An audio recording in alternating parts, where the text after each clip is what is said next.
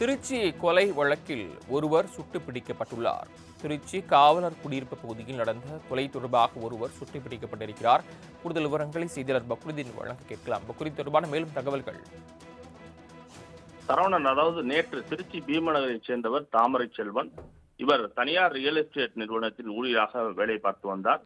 நேற்று காலை தாமரை செல்வனை பீமநகர் பகுதியில காவலர் குடியிருப்பு பகுதியில, அதாவது அவர் உயிருக்கு பயந்து ஓடி நெல்ல 5 பேர் கொண்ட கும்பல் வழிமறித்து அவரை தரமாரியாக வெட்டி படுகொலை செய்தது.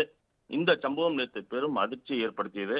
உடனடியாக பாலக்கரை போலீசார் பல்வேறு நடவடிக்கை எடுத்து குற்றவாளிகள் 5 பேரை பிடித்தார்கள். குறிப்பாக இந்த விசாரணையில் கொலையில் லால்குடி வாலாடியைச் சேர்ந்த சதீஷ், வயது 26, திருவானைக்கோள் கொண்டையம்பேட்டை சேர்ந்த பிரபாகரன், நந்தகுமார், கணேசன் உள்ளிட்ட 5 பேர் இந்த கொலை சம்பவத்தில் ஈடுபட்டது தெரியவந்தது. சதீஷுக்கும் தாமரை செல்வனுக்கும் ஏற்பட்ட முன்விரோதம் காரணமாக தான் இந்த கொலை சம்பவம் நடந்ததாக கூறப்படுகிறது. இதையடுத்து கொலையாளர்களை நேற்று தேடி வந்த நிலையில்தான் ஸ்ரீரங்கம் கொள்ளிடக்கடை வட்டார போக்குவரத்து அருகே அந்த சதீஷ் பதுங்கியிருப்பதாக தெரிய வந்தது.